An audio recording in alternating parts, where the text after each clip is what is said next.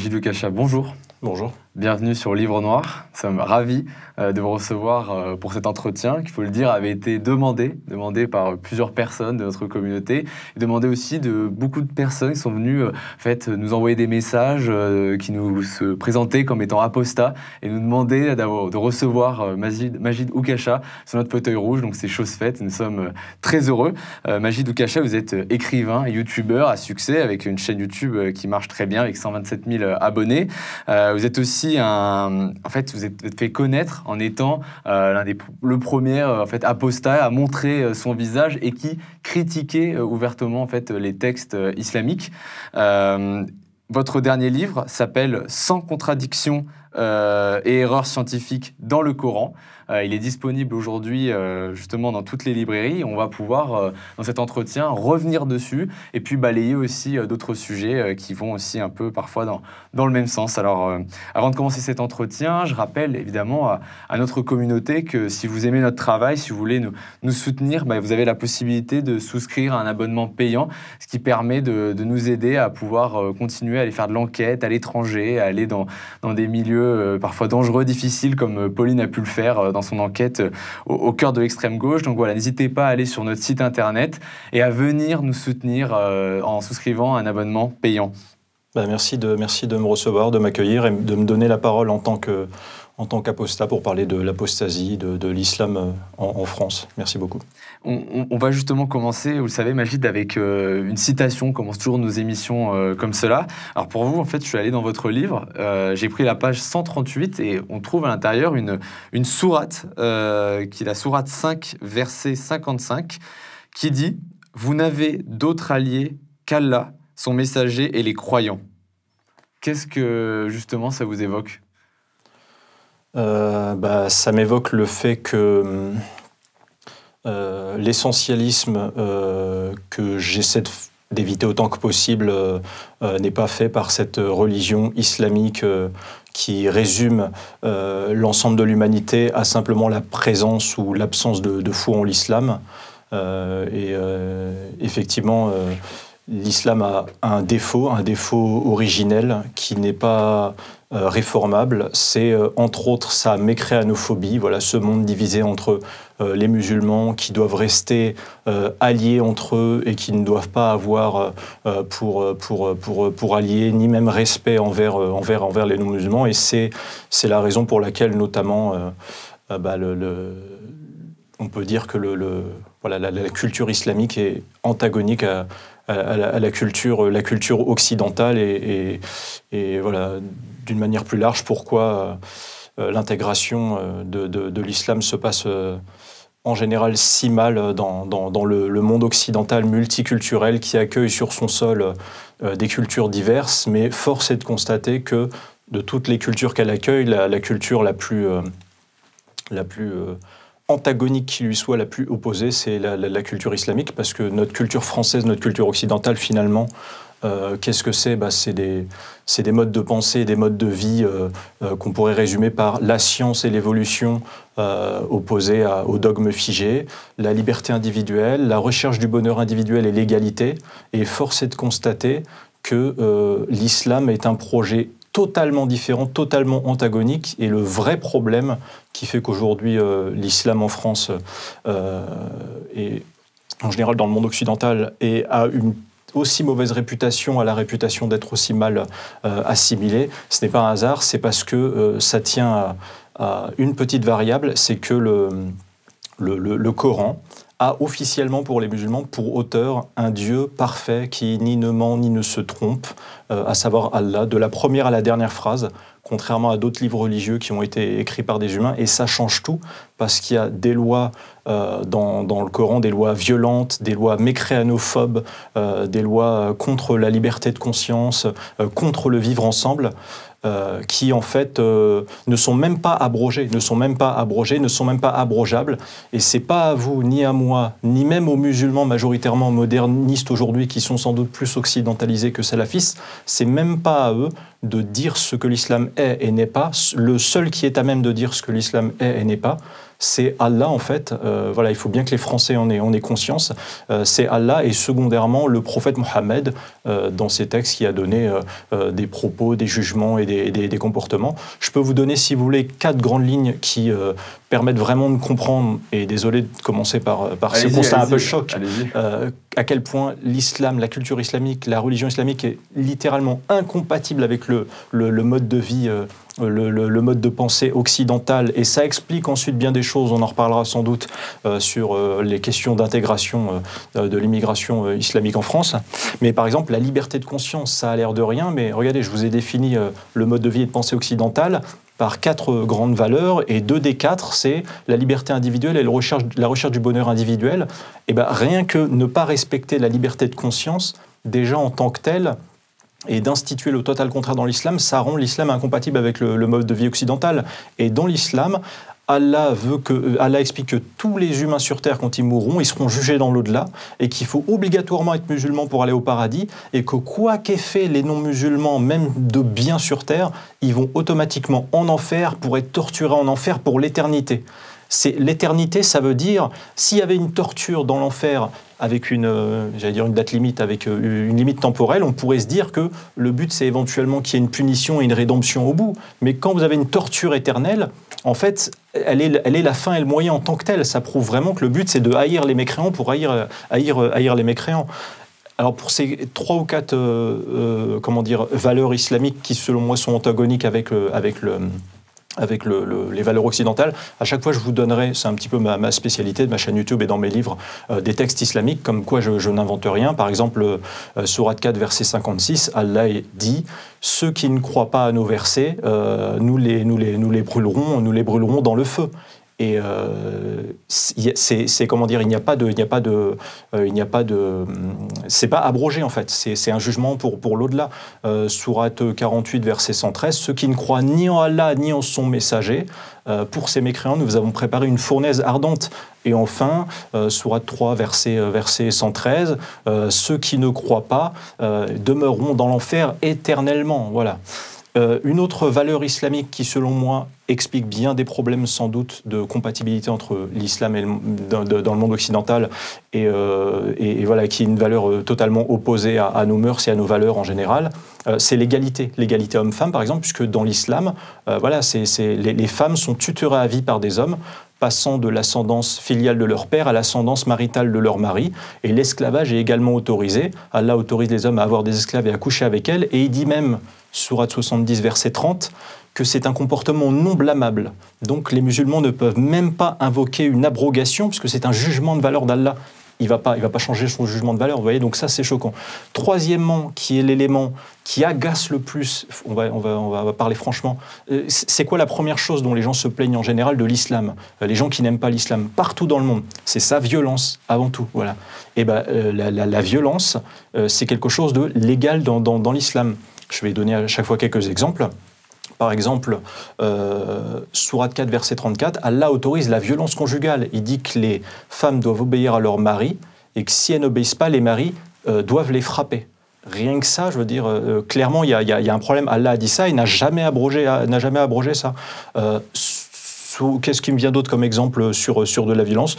Sourate 9, verset 29, Allah dit que les musulmans doivent combattre ceux qui ne croient ni en Allah, ni en l'islam et qui n'obtempèrent pas aux interdits islamiques. Et même si ce n'est pas appliqué par la majorité des musulmans en France ou dans le monde occidental, force est de constater que ce substrat idéologique vit un peu dans l'inconscient, vous voyez, des foules islamiques. Je le pense d'une certaine manière. Dans quelle proportion, je ne sais pas. Mais cette mécréanophobie peut expliquer sans doute, peut coûter à l'arrivée des points de sensibilité, des points d'empathie envers les non-musulmans, envers les gens qui ne sont pas de leur religion, vous voyez. Qu'est-ce qu'on a d'autre comme exemple violent? Ah oui, également instituer la violence du groupe sur l'individu, ce que nous, on essaie d'éviter dans le monde occidental. Par exemple, dans le monde occidental, un homme célibataire et une femme célibataire ont le droit de s'aimer et de coucher ensemble. L'État ne s'en mêle pas parce qu'il estime que leur liberté individuelle de s'aimer n'a d'impact que sur leur vie, donc ça ne les regarde pas. Et dans le Coran, sourate 2, verset 221, Allah dit que celles et ceux qui font l'amour en dehors du mariage doivent recevoir 100 coups de fouet et qu'il ne faut pas être pris de pitié pour eux dans l'exécution de cette sentence. Vous voyez, c'est assez choquant. Et enfin, un dernier élément qui me vient en tête, qui explique vraiment le décalage, l'opposition entre la culture islamique, la religion islamique, et qui le rend vraiment incompatible avec le monde occidental, c'est la question du vivre ensemble interreligieux. Vivre dans une même société, dans un même pays, entre deux religions. Et force est de constater que ce projet qu'essaie de suivre du mieux qu'ils le peuvent officiellement les politiques, les sociétés du monde occidental, dans l'islam, là, un tout autre projet. Je vous donne quelques exemples qui, encore une fois, même s'ils ne sont pas suivis juridiquement par les musulmans, ne serait-ce que d'avoir été endoctrinés à ça, ça peut expliquer une forme de séparatisme avec la société d'accueil. Déjà que l'islam de base est une culture hégémonique, revendicatrice et politique par essence, qui ne connaît pas le statu quo. Elle connaît que dominer ou être dominée. Mais je vous en parlerai un peu plus quand on parlera éventuellement d'immigration, qui était un des sujets dont vous m'aviez proposé qu'on discute ensemble. J'en parlerai avec plaisir. Et effectivement, pour le projet Vivre Ensemble, par exemple, Allah dit dans le Coran que les musulmans et musulmanes ne doivent pas se marier avec des gens qui croient en d'autres dieux qu'Allah, sourate 2, verset 221. Allah précise également, je vais citer votre citation de départ, sourate 5, verset 55, que les musulmans ne doivent prendre pour alliés ou pour amis, il dit ça à plusieurs reprises dans le Coran, que des croyants et pas des non-croyants. Et voilà, et il dit même, sourate 9, verset 23, que les musulmans doivent se détourner de leur propre père ou frère si jamais ce père ou frère préfère l'incroyance à la foi islamique. Donc s'il est capable de leur dire « détournez-vous de votre père ou frère » s'il se détourne de l'islam, imaginez à quel point ça peut être compliqué d'avoir ne serait-ce qu'une amitié sincère pour les gens les plus endoctrinés à ce genre de texte, avec ne serait-ce ou de respect même, avec un non-musulman tout court. Et pareil, encore une fois, cette idée de, autant que possible, d'essentialisme que moi j'essaie d'éviter, mais après tout je suis humain, si sans le faire exprès je dis une phrase maladroite qui fait une généralité, je peux me reprendre derrière, mais Allah qui est censé être l'auteur du Coran de la première à la dernière phrase, ce qui justifie que l'islam est irréformable, il dit, sourate 98, versets 6 et 7, que les meilleures créatures qu'il ait créées, ce sont les croyants. Les croyants font partie des meilleures créatures. Et les pires créatures, ce sont ceux qui croient en d'autres dieux qu'Allah.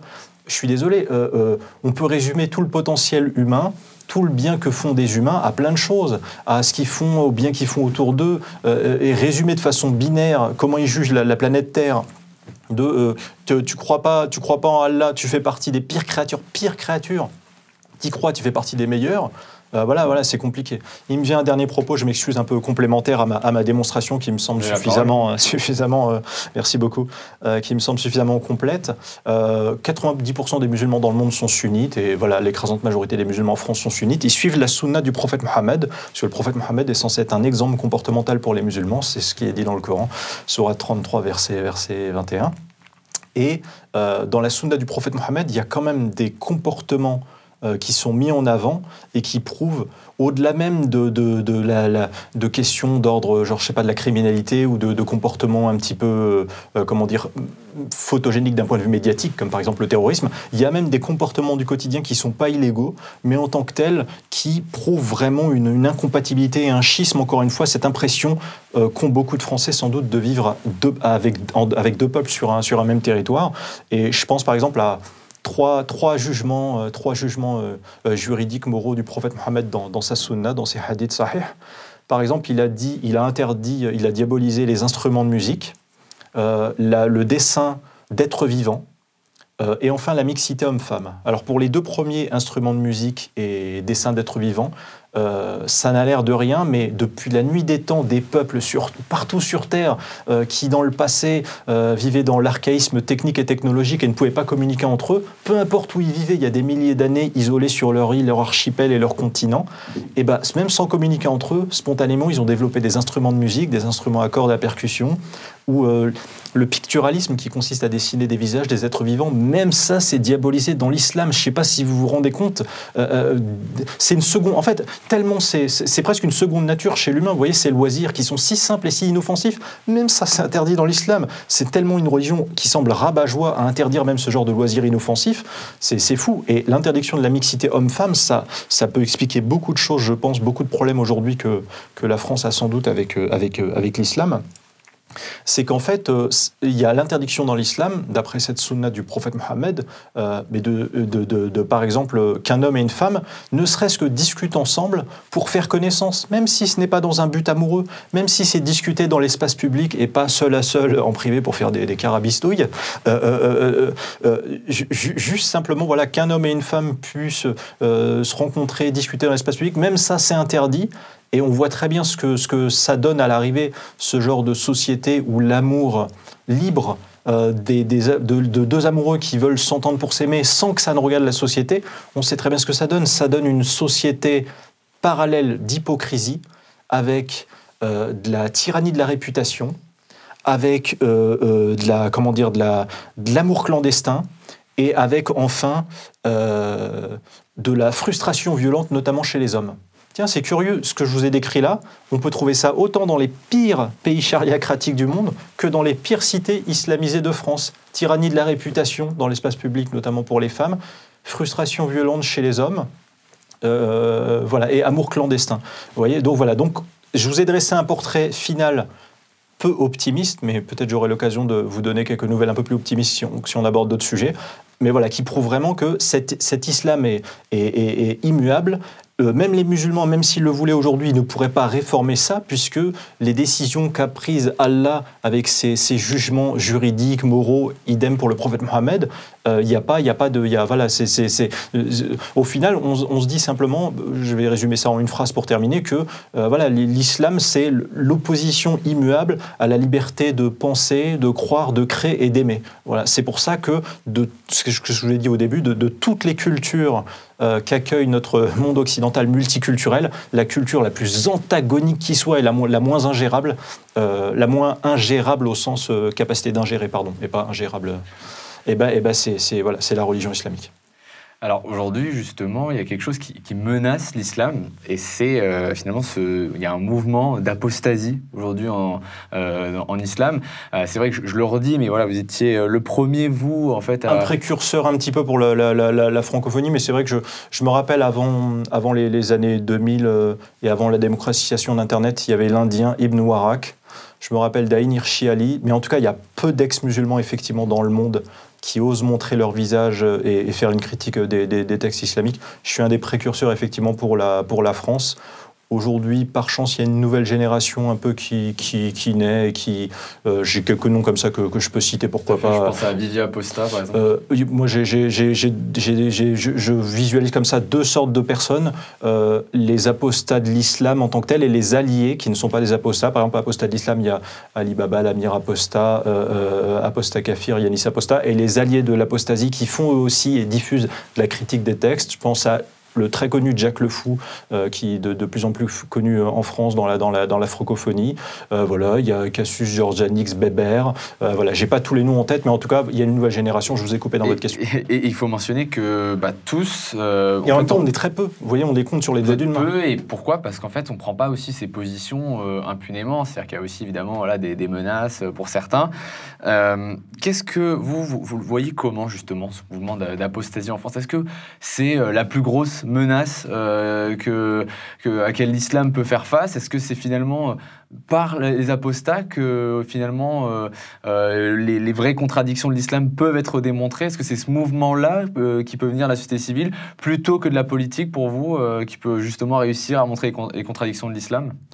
Bah oui, parce qu'en fait, en gros, on va se parler franchement, et je vais le dire également à vos spectateurs, peut-être tout le monde ne peut pas forcément le dire aussi clairement que j'ai envie de le dire maintenant, mais en fait l'islam fait régner globalement la terreur en France et dans le monde occidental. Ceux qui ont envie de faire une critique un petit peu directe d'Allah, des fondements scripturaires de l'islam ou du prophète Mohammed, vivent avec le danger permanent qu'ils puissent se faire attaquer à partir du moment où ils montent leur visage et ils osent critiquer frontalement cette religion. Et je peux remarquer d'ailleurs que dans la plupart des institutions, dans la plupart des corps sociaux en France, qui sont vecteurs d'information et de culture, que ce soit l'école, le monde politique, les médias mainstream, même dans la société civile, c'est compliqué de critiquer l'islam pour des raisons diverses, mais une des raisons principales, effectivement, c'est c'est voilà, la violence, quoi, la menace sur sa vie. J'attends pas grand-chose des politiques, pas au sens où je leur en veux de ça, mais pour plein de raisons. D'abord parce que, par rapport à la critique intellectuelle de l'islam, j'entends bien, je parle pas de la gestion de la société, et de la gouvernance dans la société, mais d'abord c'est vrai que la menace clairement sur leur vie fait que très peu de politiciens osent effectivement critiquer frontalement l'islam, et ils estiment que c'est peut-être pas forcément leur travail et que c'est secondaire, mais pour moi c'est un problème prioritaire parce que voilà, s'occuper de l'économie c'est une chose, mais on peut changer les réformes économiques potentiellement en quelques années du jour au lendemain, mais à un moment donné quand vous vous réveillez un matin et que votre pays est devenu majoritairement islamique, ça se change pas comme ça, voilà, l'idéologie c'est autre chose. Autre point, il faut essayer d'être logique, et je ne défends pas les politiciens en faisant ce constat, je dis juste la vérité, voilà, des chiffres. Le poids électoral des musulmans est tel en France que c'est difficile effectivement pour des politiciens qui aspirent au pouvoir en France à être frontaux avec l'islam.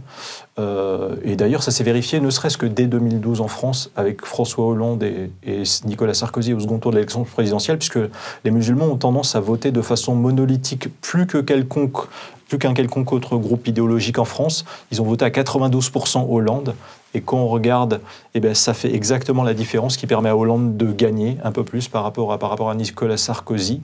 Et donc, des politiciens de tous bords globalement, plus ils se rapprochent du pouvoir, plus cette logique de consensus fait que voilà, ils estiment que c'est pas forcément judicieux de critiquer trop frontalement l'islam. Même s'ils ne votent pas encore massivement. Oui, sans doute, mais déjà, oui, c'est vrai. Mais après, leur poids démographique ne fait que grandir. Donc, de toute façon, cette problématique, voilà, est encore là. Et puis, troisièmement aussi, il y a une doxa médiatique, quand même, qu'on le veuille ou non, globalement, qui extrême droitise, qui classe avec cet anathème diabolisant d'extrême droite tout politicien qui voudrait ne serait-ce qu'alerter les gens sur les dangers de l'islam. Et donc effectivement, voilà, les politiciens ne se bousculent pas pour faire ça. Après, quand je pense à la presse, je pense à l'exemple de Charlie Hebdo, depuis l'attentat de Charlie Hebdo. Ça ne force pas, force est de constater ensuite la presse derrière à avoir la capacité, pas forcément d'émettre des jugements critiques sur l'islam, mais en tout cas d'interroger les raisons idéologiques derrière des attentats, ou même de relayer simplement de l'humour ou de la critique sur l'islam. Voilà, je trouve en général. Idem pour les profs, par exemple. L'attentat contre Samuel Paty. Déjà qu'il y a une offensive islamiste dans l'école qui remet en cause les programmes scolaires et les règlements intérieurs dans les écoles, mais voilà, ça a rendu encore plus frileux les professeurs à oser aborder la question de l'islam. Vous voyez, je vous dresse un petit peu une succession de différents corps de métiers qui diffusent de la culture et du savoir en France, et à chaque fois, il y a toujours la menace, qu'on le veuille ou non, de l'islam qui fait que beaucoup se retiennent de critiquer. Et même d'ailleurs, je le vois également dans les programmes scolaires que j'ai lus parfois de collégiens ou de lycéens. L'islam, d'un point de vue théologique, social et historique, est abordé au mieux, dans le moins pire des cas, au mieux, d'une façon très procédurale, sans angle critique, j'ai l'impression, et au pire, avec un angle bienveillant ou parfois même élogieux, de façon même subliminale, et sans vouloir dire que le but de l'école est de promouvoir potentiellement la critique de l'islam, quoique on pourrait y promouvoir la critique de toutes les idéologies les plus dangereuses, une critique scientiste face à ça, une critique rationnelle, mais force est de constater que même les enfants, dès leur enseignement à l'école, sont déjà habitués à ce discours qui normalise l'islam. Et enfin, de la société civile à laquelle moi j'appartiens, ne serait-ce que par exemple l'affaire Mila a prouvé qu'il suffit d'un Français ou d'une Française qui exprime en quelques secondes sur Internet une phrase critique ou moqueuse envers Allah, et la personne reçoit des milliers de menaces de mort et voit sa vie basculer pour quelques secondes seulement d'une phrase. Et personne en France, personne dans le monde ne devrait être résumé à quelques secondes d'une phrase qu'on a dit un jour, que ce soit sur ça ou sur un autre sujet, parce qu'après tout, on a droit aussi de changer d'avis, on a au droit à l'oubli. Et voilà. Et Mila n'a pas commis un crime par cette phrase moqueuse du point de vue des lois françaises, des lois occidentales, mais voilà, elle en paie le prix. Et en tout cas, ce genre d'affaires et d'autres affaires qui me viennent aussi en tête parfois, peuvent dissuader dans la société civile des Français d'oser montrer leur visage sur Internet ou dans la rue ou à la télévision, et oser avoir une position un peu frontale pour relayer de la critique et de la moquerie vis-à-vis de l'islam. Et je pense, pour terminer, que effectivement le travail de critique et de lutte contre l'islam et contre l'islamisation en France viendra notamment de nous, les apostats, les ex-musulmans, qui ne savons que trop bien à quel point la religion islamique considère les ex-musulmans comme des traîtres, comme des gens qui ont tourné le dos à leur communauté. Et c'est difficile pour nous, effectivement. Peu d'apostats osent montrer leur visage à cause des menaces. On le voit d'ailleurs même dans l'actualité, ne serait-ce que des gens qui ne sont pas des apostats revendiqués. Par exemple, c'est arrivé souvent ces dernières semaines, une fille issue d'une famille musulmane qui fréquente un petit ami non musulman ou qui vivrait trop à l'occidental, qui a été frappée par des hommes de sa famille, ou alors des musulmans d'apparence ou musulmans supposés par leur quartier ou par leur connaissance ou par d'autres gens qui ont eu le tort de manger en plein jour en France ou boire en plein jour durant le ramadan et qui se font frapper. Cette police de la charia informelle est également aussi un élément qui est dissuasif. C'est pour ça qu'il y a peu d'apostats et d'ex-musulmans qui osent montrer leur visage et qui osent lutter contre l'islam. D'un point de vue intellectuel et social, bien évidemment, c'est pas une lutte guerrière, mais parce que c'est une guerre entre guillemets de l'information et du savoir qu'on doit opérer contre l'islam et contre ses dérives, parce que force est de constater que dans la société française aujourd'hui, l'intégration se passe mal, le vivre ensemble se passe mal avec, sans doute c'est peut-être votre prochaine question, mais voilà. Je vois où vous voulez en venir, c'est-à-dire que est-ce que finalement on a plutôt un problème d'immigration en France? Est-ce que c'est un problème avec l'islam? Est-ce que les deux sont reliés? Comment est-ce qu'on arrive à gérer ces deux questions? D'où vient on pourrait dire, d'où viennent les problèmes? Donc, on parle de violence, est-ce que c'est inscrit dans l'islam ou c'est parce que c'est un conflit identitaire en France?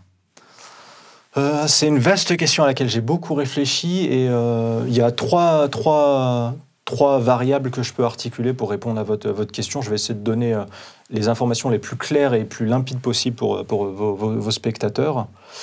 Alors, premièrement, l'immigration, la diaspora islamique hors des pays musulmans, qui depuis la seconde moitié du XXe siècle est allée un peu partout sur la planète Terre et notamment dans le monde occidental, les endroits où on peut clairement voir que leur intégration se passe le moins bien possible, ce sont des pays qui ont trois faiblesses.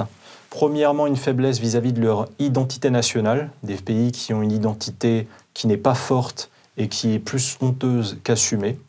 Deuxièmement, ce sont des pays qui ont une immigration plus subie que choisie et trop massive par rapport à leur capacité d'accueil, en tout cas une crise de l'immigration. Et enfin, troisièmement, ce sont des pays où il y a un problème de dysfonctionnement et de laxisme judiciaire. Et c'est pour ça qu'aujourd'hui, notamment dans les pays occidentaux, ce sont les pays où les idéologies les plus folles, surtout ces dernières années, peuvent facilement prospérer en fait. Et leurs dérives sont possibles dans des pays qui ne luttent pas contre les violences idéologiques et violences réelles. Et les idéologiques ont besoin de faire du terrorisme intellectuel et de la culpabilisation morale, comme l'islam qui est une idéologie hégémonique, violente, politique et revendicative par essence. Effectivement, force est de constater que ces trois défauts s'exprime très bien en France et que ça aide effectivement l'islam à prospérer dessus. Je vais donner quelques exemples. Par exemple, pour ce qui est de l'identité nationale, moi je me rappelle que je suis né en France, j'ai grandi en France, et dans les années 90 notamment, où je suis allé à l'école primaire, ensuite au collège, je me rappelle, je précise pour vos spectateurs qui ne le savent pas forcément, j'ai quitté l'islam à l'âge de 18-19 ans, mais voilà, je me rappelle en tout cas que dans ma jeunesse, la France imposait une intégration des gens issus de l'immigration, une intégration culturelle, une intégration à ce qui était défini comme un champ de valeurs, une culture nationale commune, qui devait être commune à tout le monde. Ça ne demandait pas forcément d'effacer en soi sa religion, mais en tout cas, il fallait adhérer à ça. Et ce n'était pas une insulte. Et moi, c'était même pas un devoir, je l'ai fait par plaisir. Voilà. Et force est de constater qu'on est passé aujourd'hui à une France, je trouve, où les vecteurs de diffusion de la culture et de l'information, toutes sortes d'institutions médiatiques, politiques, martèlent vraiment, même dans les publicités, même à la télévision, même dans le cinéma, même dans les livres. Il y a une doxa assez puissante dedans, mais je ne saurais pas dire de quelle proportion, diffuse l'idée que la France doit avoir honte de son histoire, doit avoir honte de l'histoire de ses ancêtres qui étaient des colonisateurs, des esclavagistes, que la France ferait régner, je dis bien au conditionnel, un racisme d'État avec un privilège blanc, et enfin que la France ne doit pas demander aux nouveaux arrivants de s'assimiler à une culture commune, mais qu'au contraire, la France est un McDonald's à ciel ouvert, où venez comme vous êtes, et même avec vos idéologies les plus absurdes et les plus folles, comme par hasard, ça enrichit culturellement la France. Voilà, donc ça, c'est un premier point, et les islamistes qui ont besoin de faire, une prédation culturelle et sociale, ils ont trouvé le territoire idéal, le genre de pays qu'est la France, hélas, où on peut constater que les pouvoirs publics, les pouvoirs politiques aident à la construction de mosquées. Je me rappelle d'un temps, il y a encore 10-20 ans, où après chaque attentat, nos politiciens disaient « on va construire encore plus de mosquées !» Après chaque attentat, on a envie de dire, mais on ne voit pas trop le rapport, en fait.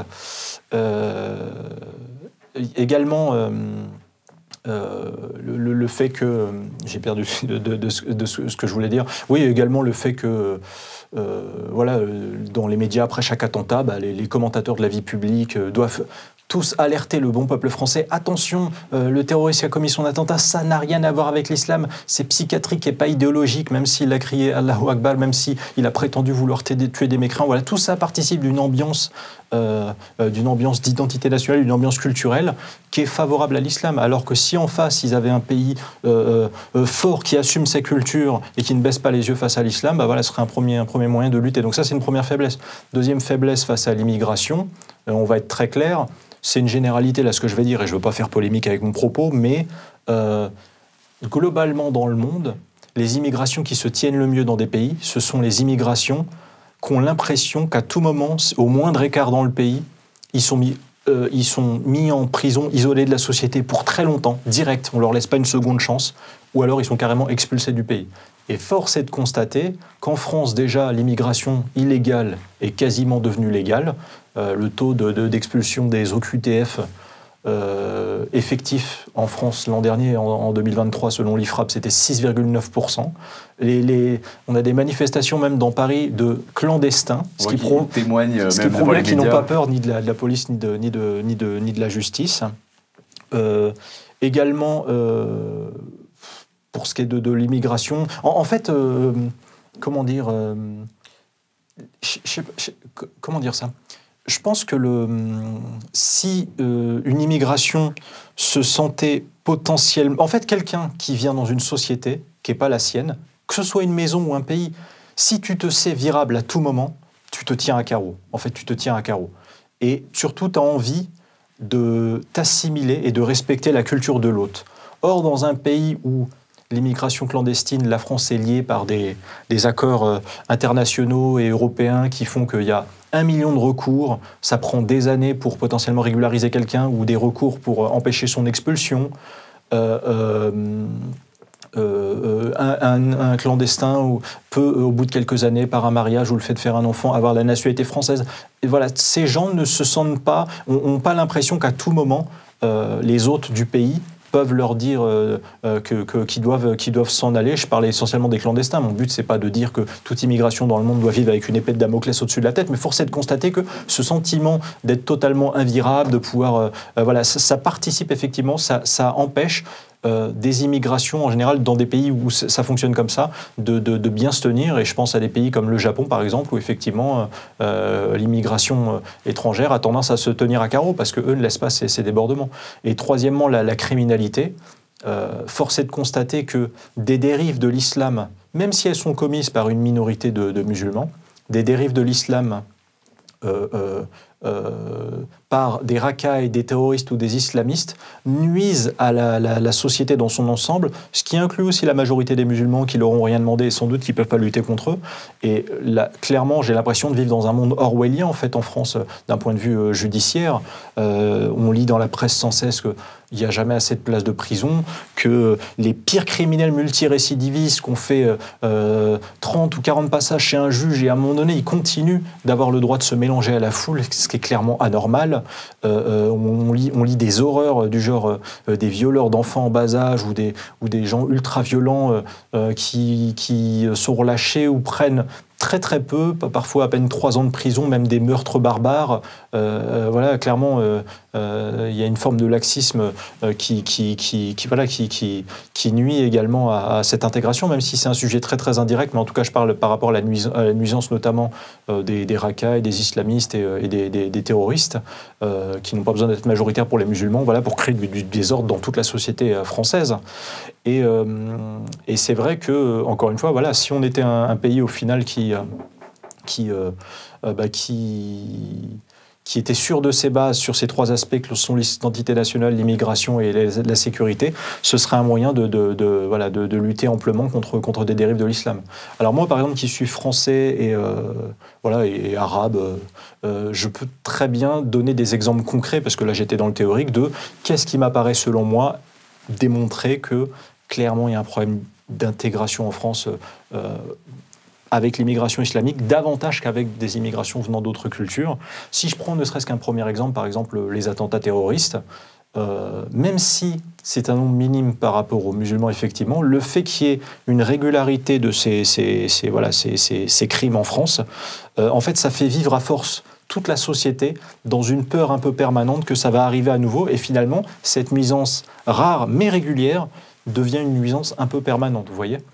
À côté de ça, il y a aussi l'islam qui n'est pas forcément un mobile du crime, si je puis dire, mais qui a un background culturel dans beaucoup de mauvais comportements. Et je pense notamment au phénomène des racailles, par exemple, en France, qu'il n'y a pas dans bien d'autres pays dans le monde.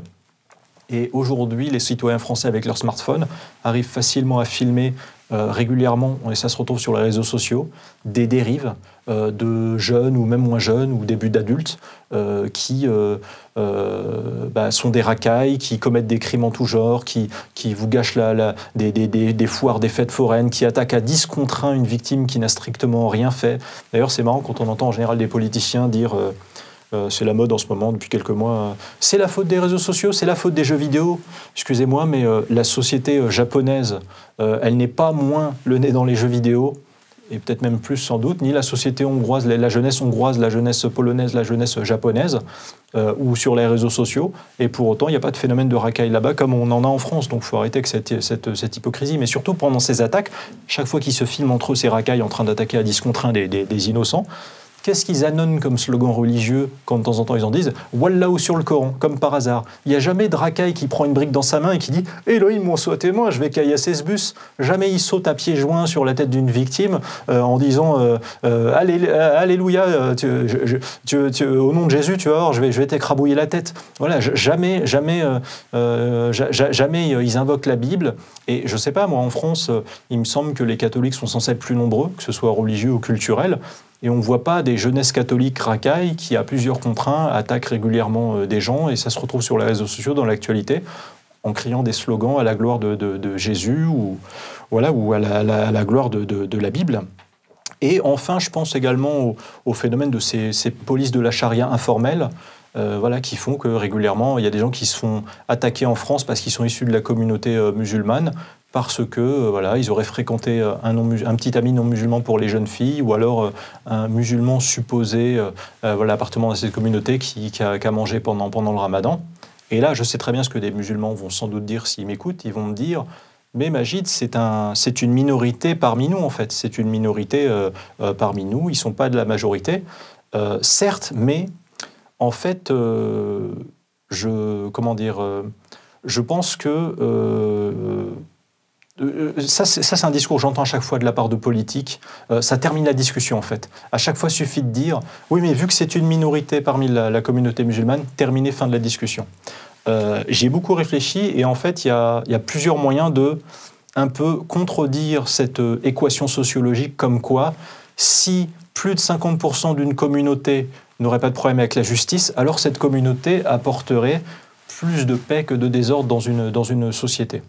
Alors d'abord, il n'y a pas besoin qu'il y ait des attentats ou de la violence pour questionner le niveau d'intégration de l'islam en France. D'ailleurs, je donnais tout à l'heure des exemples. On pourrait me dire, tu nous donnes quelques contre-exemples, mais tu n'as pas donné de chiffres. Je vais vous donner par exemple 2 chiffres de nuisances concrètes.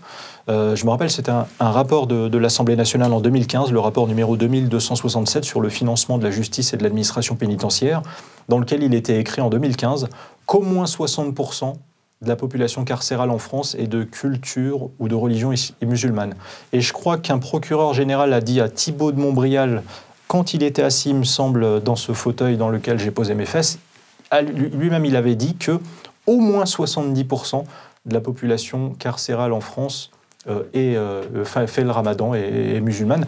Ce qui veut bien dire déjà qu'il y a une surreprésentation par rapport aux 8 à 10% de musulmans officiels dans notre société. Et pour prendre un autre exemple non violent, un rapport de l'Institut Montaigne de mai 2021 indiquait que il y a le fait religieux en entreprise. Vous voyez, c'est plein de problèmes du genre port de signes ostentatoires, refus de travailler avec une femme pour des raisons religieuses, absentéisme pour des raisons religieuses, pratique ou prosélytisme sur son lieu de travail. Et je me souviens que dans ce rapport, il disait que 73% de ces problématiques religieuses en entreprise étaient du seul fait de l'islam, de la religion islamique. Curieux pour une religion d'à peine 8 à 10%. Alors maintenant, j'ai un autre exemple aussi qui me vient en tête, qui prouve qu'une minorité permanente et incompressible de gens qui posent problème parmi une majorité et qui potentiellement peuvent avoir un background idéologique ou culturel islamique peut, hélas, jeter le discrédit et poser la question clairement du niveau d'intégration de l'islam en France. Vous prenez par exemple une classe d'élèves de 30 élèves, polis, gentils, sans problème, vous y mettez dedans 3 ou 4 des pires fouteurs de merde, même s'ils ne représentent que 10% statistiquement de cette classe, ça suffit à rendre l'ambiance de cette classe invivable. Donc déjà, il faut arrêter avec la légende comme quoi ils sont une minorité, donc voilà, quelque part, ça discrédite un petit peu l'ambiance, malheureusement, de toute la classe. J'ai aussi un autre exemple qui me vient en tête. Si je compare la diaspora portugaise en France et la diaspora portugaise en Suisse, en France, 2,5 millions de Français sont d'origine portugaise, et en Suisse, c'est 250 000 Suisses qui sont d'origine portugaise, donc 10 fois moins. Pour autant, il n'y a pas 10 fois plus de risques d'attentats terroristes catholiques commis par des Portugais en France que d'attentats terroristes catholiques commis par des Portugais en Suisse. Le risque est de 0 entre les deux. Et on peut également voir que malgré les millions, je dis bien les millions de Français qui ont un rapport avec l'immigration catholique un peu partout dans l'Europe ou chrétienne, que ce soit des Français qui ont un rapport avec l'immigration de par leurs parents ou leurs grands-parents, polonais, italiennes, espagnols, portugaises beaucoup, oui, anglaises. Et bien pour autant, le risque statistique d'attentats terroristes à motif religieux ou de meurtre au hasard à l'aveugle contre des gens au motif qui ne croient pas en leur idéologie, il est de 0. Or, si je prends ne serait-ce qu'une petite communauté, comme, je sais pas, par exemple, des Afghans, eh ben, ce risque n'est pas nul, puisqu'il est, aussi léger soit-il et infime, il est un peu régulier.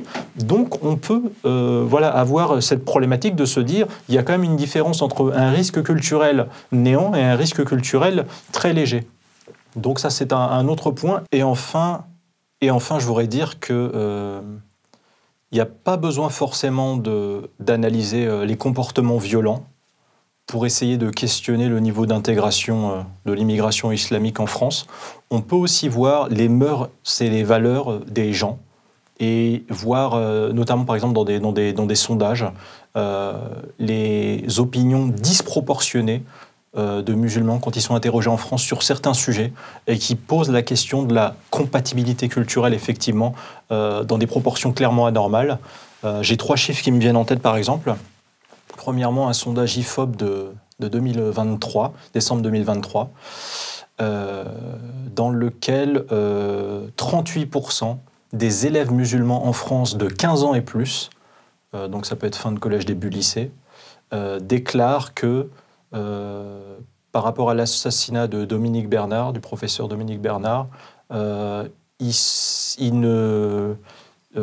comment dire, soit ils ne compatissent pas, soit ils comprennent en partie les motivations du tueur. Alors, il faut savoir que Samuel Paty n'a commis aucun crime. Il a montré une caricature. Et évidemment, ce n'est pas criminel. Mais Dominique Bernard, même pas il a fait ça, en fait. Il n'y a même pas de justification à avoir. C'est anormal que 38% d'élèves musulmans en France, et on peut voir d'ailleurs dans le sondage par rapport aux autres religions, c'est un avis complètement disproportionné, puissent, ne serait-ce qu'indirectement, soit fermer les yeux, soit comprendre en partie les motivations du tueur de Dominique Bernard, qui n'avait rien à voir avec l'islam et qui n'a fait aucune interaction envers l'islam. Donc qu'est-ce qu'on a à lui reprocher à ce professeur? Soit d'être blanc, je questionne, je ne sais pas, soit d'être français, soit de travailler pour la République française. Mais voilà, mais clairement, c'est anormal. Alors, il y a peut-être des musulmans, ils vont me dire, bon, ils ont 15 ans et plus, mais 15 ans et plus, c'est quoi? Tu es à 2 ou 1 année potentiellement d'avoir le droit de vote en France. Et c'est les Français de demain, ces gens-là. Idem, il y avait un sondage IFOP de juillet 2020 sur la mode du no bra en France, qui s'est beaucoup développé notamment pendant le confinement, qui consiste pour une femme à ne pas porter de soutien-gorge sous ses habits.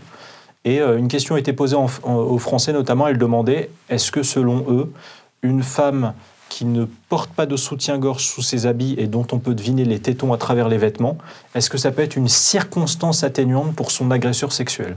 Il faut savoir que, par exemple, 13% des Français sans religion ont répondu que oui. C'est choquant, c'est 13% de trop, 13 points de trop. Donc ça veut dire qu'on a un peu plus de 1 Français sur 10 en moyenne, tout confondu, voilà, sans religion, qui cautionne ça, et c'est clairement anormal. Déjà que ce chiffre est choquant, mais chez les musulmans, ça monte à 42%.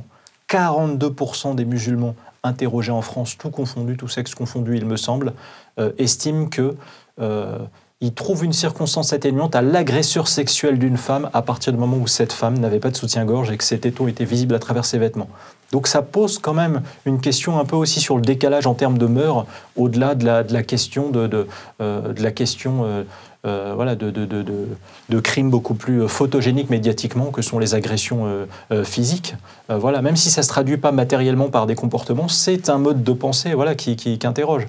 Et enfin, un sondage IFOP de août 2020, 66%, plus d'un musulman sur 2, 2 sur 3 même, 66% des musulmans estiment que 5 ans après l'attentat contre Charlie Hebdo mériterait de passer devant un tribunal pour avoir publié les caricatures du prophète Mohammed. Ça pose la question de savoir, ça veut donc dire que plus d'un musulman sur 2 en France, interrogé dans ce sondage, estime que la critique, ou l'humour en tout cas, envers leur religion, mérite une punition judiciaire. Voilà, donc vous voyez finalement la problématique des problèmes d'intégration en France. Finalement, c'est beaucoup de choses. C'est à la fois le terrorisme, la criminalité, c'est à la fois le comportement en entreprise, c'est à la fois certains comportements. Et du coup, j'ose questionner, parce qu'au début de l'interview, je vous ai dressé un portrait des lois coraniques qui prouvent clairement l'incompatibilité entre les lois du Coran, entre la religion islamique et le monde occidental. On peut maintenant se questionner. Ces proportions anormales parmi la population musulmane qui, par exemple, peuvent excuser ou dédouaner le terroriste qui a tué Dominique Bernard, est-ce qu'à l'arrivée, ça ne peut pas être influencé pour une grande partie de ces gens-là à une forme d'endoctrinement, à des textes religieux qui, par exemple, disent, c'est sourate, si je ne dis pas de bêtises, sourate 41, par exemple, que les versets 27-28, il me semble, j'espère, si je ne me trompe pas, j'essaie d'avoir la mémoire autant que possible de tout ça, mais qui dit par exemple que Allah dit que les non-musulmans, les non-croyants qui ne croient pas en lui, sont les ennemis d'Allah. Je ne sais pas si vous vous rendez compte. La façon la plus passive d'être l'ennemi de quelqu'un, c'est de ne pas croire en lui, en fait. Ils disent que ce sont les ennemis d'Allah. Donc même si des jeunes sont endoctrinés à ça, et qu'il n'y a pas une matérialité comportementale, c'est juste un jugement de valeur. Mais à l'arrivée, combien de points d'empathie, combien ça peut coûter en points d'empathie et de sensibilité à ces jeunes endoctrinés à ça? Chez une partie des jeunes endoctrinés à ça, quand ils apprennent un attentat terroriste et qu'ils se disent « Oh, c'est un non-musulman qui est mort, c'est un Dominique Bernard ».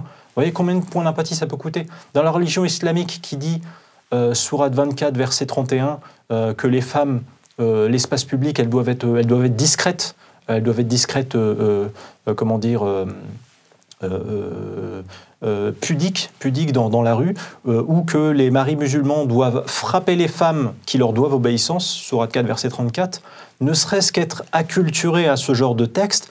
Combien de points à l'arrivée, combien ça peut expliquer à l'arrivée potentiellement, chez une proportion anormale de gens qui croient à ça, ça peut leur coûter en point de sensibilité, au point d'être insensible à l'idée qu'une femme puisse être agressée sexuellement au prétexte que, selon eux, elle ne serait pas suffisamment couverte dans la rue. Vous voyez, je questionne également ces comportements ou ces modes de pensée quand même à l'éducation de ce genre de texte. C'est pour ça que je produis mes vidéos sur ma chaîne YouTube, c'est pour ça que je produis ce livre vraiment dans le but de questionner, en fait, moi, mon but, c'est à la fois de sensibiliser les Français sur cette religion violente et liberticide qu'est l'islam, et également aussi d'aider les musulmans à ouvrir un peu plus les yeux sur leur religion islamique sous un angle critique. Ils n'ont pas l'habitude de ça. C'est assez récent, finalement. C'est assez récent, cette critique participative. Grâce à Internet, c'est possible. Avant, c'était beaucoup moins possible à cause du filtre des médias, du fait qu'on passait peu dans les médias. Maintenant, voilà, c'est beaucoup plus possible grâce à des outils comme Internet. C'est pour ça, d'ailleurs, que j'existe depuis des années et que je fais mon travail autant dans mes vidéos sur ma chaîne YouTube que dans mon livre, quoi. Majid Oukachas, j'ai une dernière question, si ce n'est que, évidemment, vous avez exposé votre façon scientifique, critique, rationnelle de l'islam. Est-ce que vous êtes optimiste finalement pour ce qui arrive en France? C'est-à-dire qu'on a quand même beaucoup d'immigration issue des pays musulmans.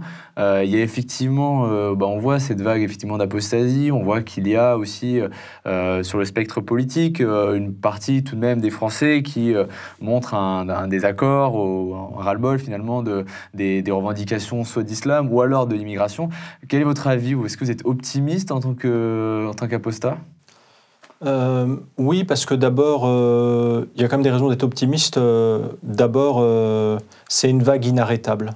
Ça se sent autant dans le monde musulman qu'en France, même si on ne peut pas encore quantifier, parce que effectivement, il y a des menaces.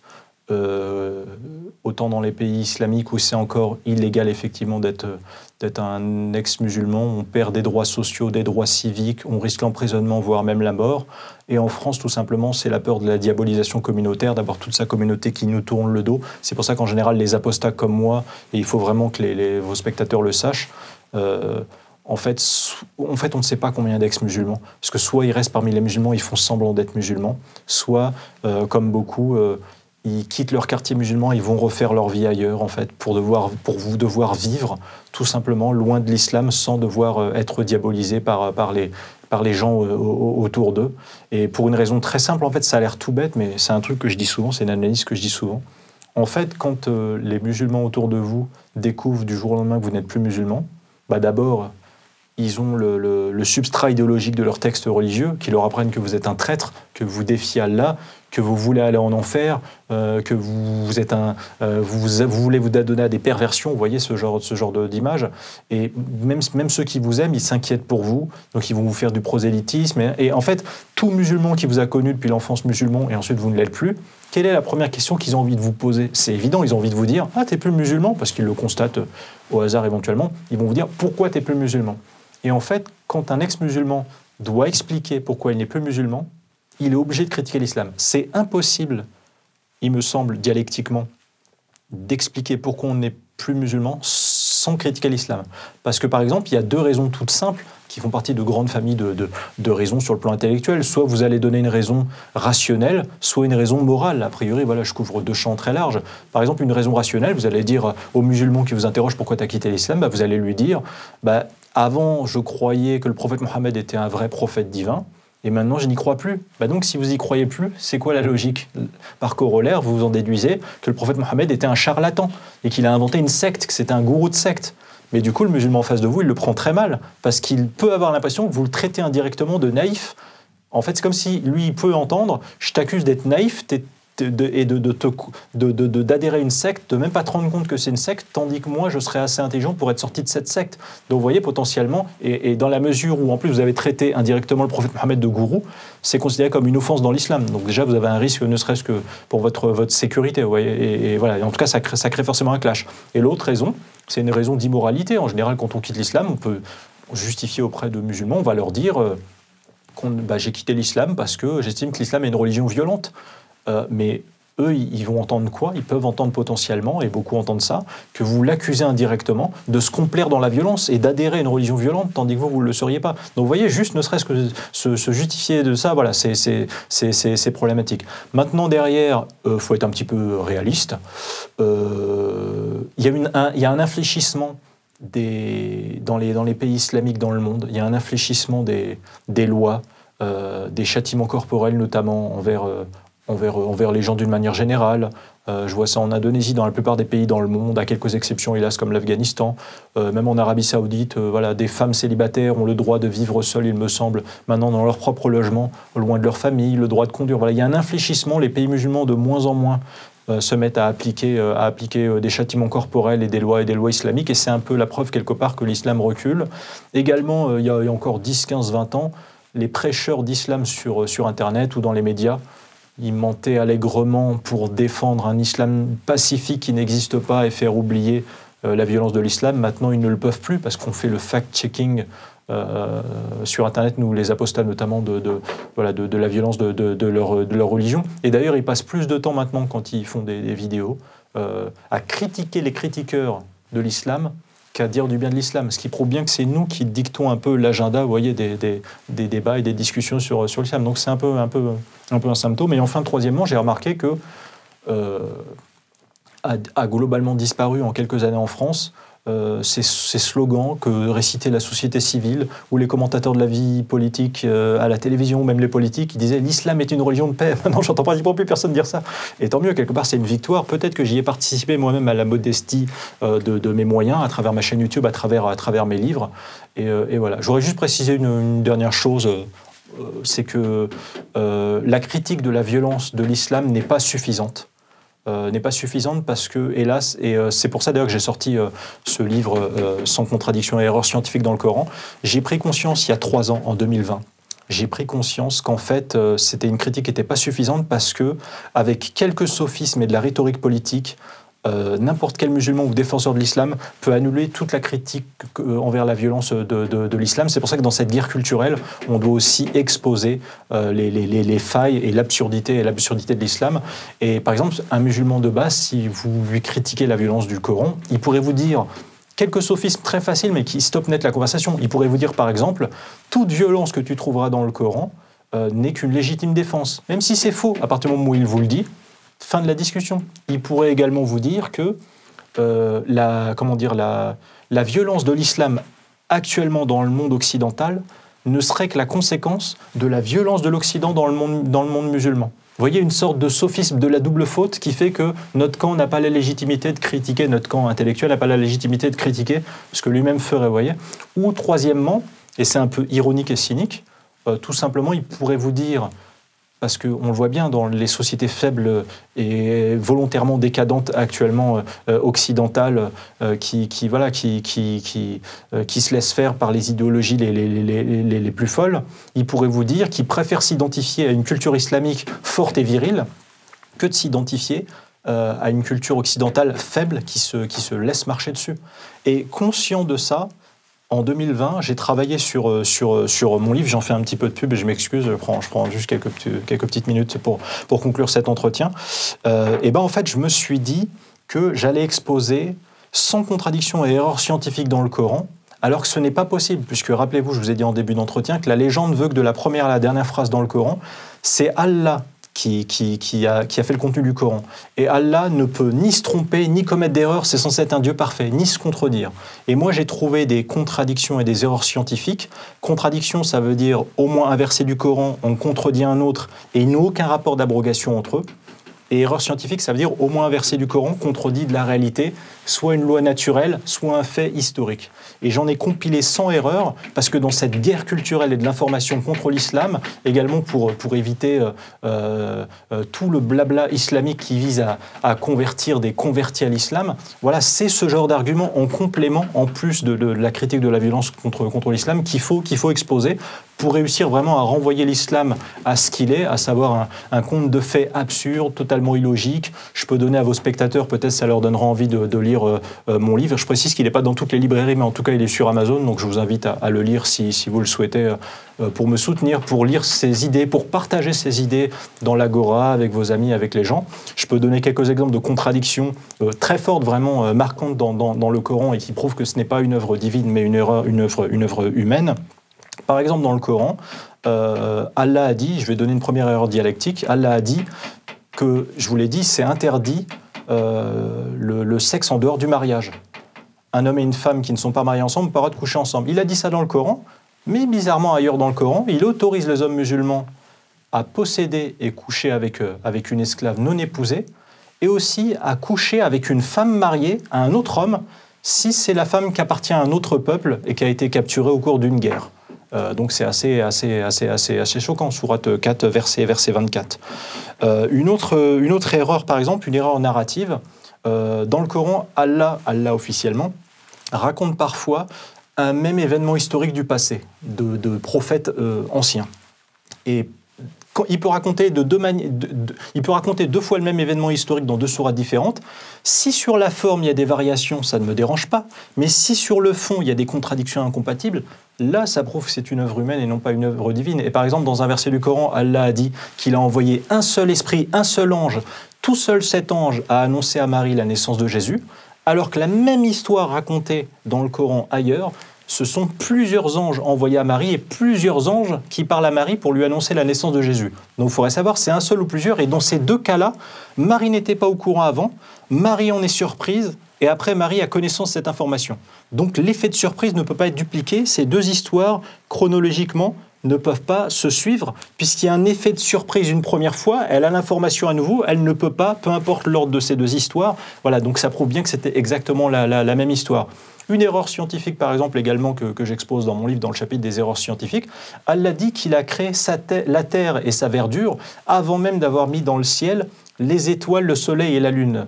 Or, c'est une énorme erreur scientifique, puisqu'en fait, il faut un effet de serre stellaire pour créer la verdure sur Terre. Donc la verdure n'a pas pu exister sur Terre avant qu'il y ait le Soleil et les étoiles. Et même les matières, la création de matières qui ont permis de créer la Terre, il a fallu d'abord qu'il y ait des étoiles qui soient créées. Et la Terre, qui a 4,54 milliards d'années, elle est même 3 fois plus jeune que ne serait-ce que la plus vieille des étoiles dans l'univers observable, qui a 13,6 milliards d'années.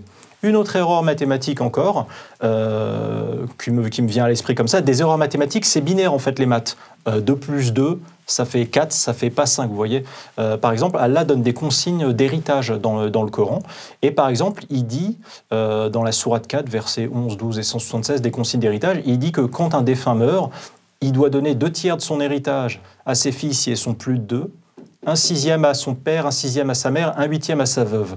Or, quand on fait le calcul de tout ça, on obtient 27/24 d'héritage. Mais c'est pas possible matériellement, vous ne pouvez pas distribuer 27/24 d'héritage.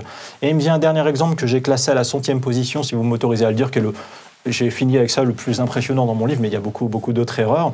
Et aucun musulman n'a jamais commenté cette erreur dont je parle par ailleurs dans ma chaîne YouTube.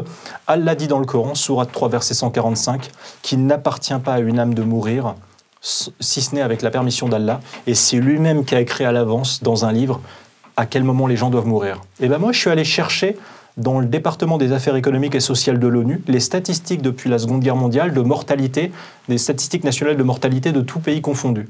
Et par exemple, en Arabie Saoudite, c'est pas rien, l'Arabie Saoudite, c'est la terre de la Mecque, c'est symbolique, hein, c'est pas rien quand même. En 1970, entre 1970 et 2018, sur presque 50 ans, je me suis arrêté à 2018 parce que si j'avais pris 2020, on m'aurait dit que l'année Covid a faussé les statistiques. Donc j'ai fait pratiquement 50 ans, 1970-2018. Écoutez bien, en 1970, la mortalité infantile en Arabie Saoudite était de 123,6 morts avant un an pour 1000 naissances vivantes. C'était un des taux les plus horribles du tiers-monde à l'époque. Vraiment, la médecine était horrible en Arabie Saoudite. 123,6 nouveau-nés morts avant 1 an pour 1000 naissances vivantes. Presque 50 ans plus tard, en 2018, 6,6 nouveau-nés morts pour 1000 naissances vivantes. La mortalité infantile en Arabie Saoudite a été divisée par 18,72. C'est un effondrement cataclysmique. Si ça avait été divisé par 3 ou par 4, déjà ça aurait été énorme, mais par 18,72. Alors Allah qui dit dans le Coran, Sourate 3, verset 145, que aucune âme ne meurt sans qu'il l'ait décidé, et c'est lui qui a écrit à l'avance quand les gens meurent. Qu'est-ce qu'on en déduit?